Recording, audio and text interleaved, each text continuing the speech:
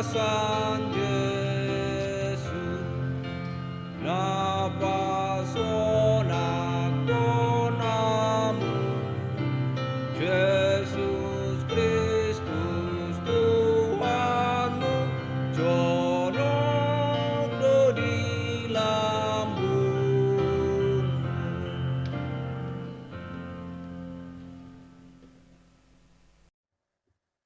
Selamat pagi saudara-saudariku yang terkasih dalam nama Tuhan kita Yesus Kristus. Kita mendengarkan renungan harian pada hari ini. Mari kita berdoa. Kasih karunia Tuhan kita Yesus Kristus, kasih setia dari Allah Bapa dan persekutuan Roh Kudus, itulah kiranya menyertai kamu. Amin. Renungan harian untuk kita pada hari ini yaitu yang tertulis dalam kitab Ratapan 2 ayat 17. Tuhan telah menjalankan yang dirancangkannya, Ia melaksanakan yang difirmankannya, yang diperintahkannya dahulu kala. Ia merusak tanpa belas kasihan. Ia menjadikan si seteru senang atas kamu. Ia meninggikan tanduk lawan-lawanmu. Nunga tahe di patolhas Jehovah nasinakap ni rohanahian. Nunga di pasitong hatana na tinonahonai olat ni aka arina robi dope. Nunga di pasikon jala dang maralangalang, jala di palas rohani musum midaho, nunga di patibul ianggo taduk ni alom. Demikian pembacaan firman Tuhan. Saudara-saudariku yang terkasih dalam nama Tuhan kita Yesus Kristus, Tuhan selalu menepati janjinya, dan dalam hal ini pemeliharaan dan hukum terjadi kepada orang. Pemeliharaan kepada mereka yang taat, hukum kepada mereka yang tidak taat.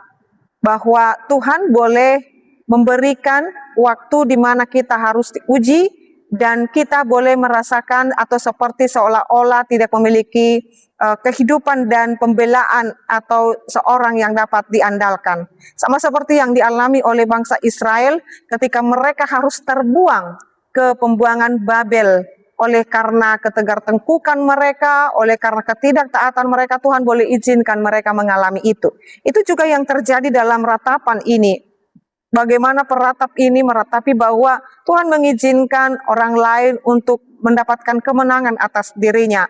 Bahwa ini mengingatkan bahwa Tuhan itu pada masanya akan memberikan penghukuman bagi orang yang tidak berkenan kepada Dia. Tuhan telah menjalankan yang dirancangkannya, Ia melaksanakan yang difirmankannya, yang diperintahkannya dahulu kala. Ia merusak tanpa belas kasihan, memberikan hukuman kepada orang-orang yang tidak taat dan tunduk kepada Dia. Dalam hal ini ketika Tuhan memberikan saat-saat itu mengingatkan kepada kita untuk kembali kepada arah dan jalan yang benar. Tidak selamanya Allah melakukan demikian, akan ada masanya. Namun di dalam proses itu Tuhan ingin dan menginginkan kita menjadi pribadi yang berkenan di hadapan Tuhan. Pribadi yang berjalan sesuai dengan kehendak Tuhan. Dengan menyatakan bahwa hanya Dialah Allah yang berkuasa, berdaulat atas kehidupan kita. Mari saudara-saudariku mengingat bahwa Tuhan itu memang kasih. Tuhan itu memang pemurah. Tetapi ketika kita terus meninggalkan Dia, hukuman akan ada. Dan ketika hukuman itu ada, maka saat dimana ada kata minta tolong, mohon ampun kepada Tuhan, Tuhan akan memberikan pengampunan kepada kita.